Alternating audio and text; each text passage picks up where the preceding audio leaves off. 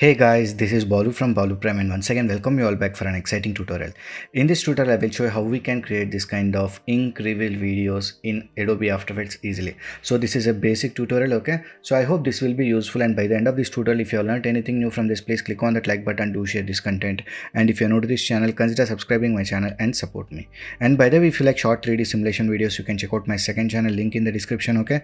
So now without any further ado, let's start today's video. So here we are in After Effects. Now let's start this by importing our footage onto this project panel. So for that, right click on this project panel, import select your footage, or else you can directly drag and drop your footage onto this project panel. So now again select your footage and drop it onto this composition icon here.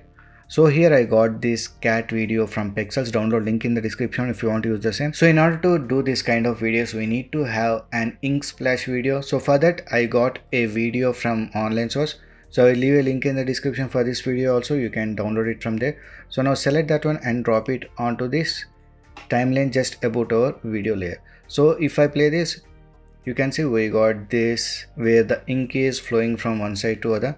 So let me scale it up. So press S and let me make this here like this. Okay. So I think this is enough. So in order to get this ink reveal kind of transition, first we need to make sure that the video is completely in black and white. So now let's select this ink splash video, come to this window, effects and presets, and look for contrast. So let me select this brightness and contrast, drop it onto this ink video. So I will increase this contrast value here so that we will get that complete black, okay?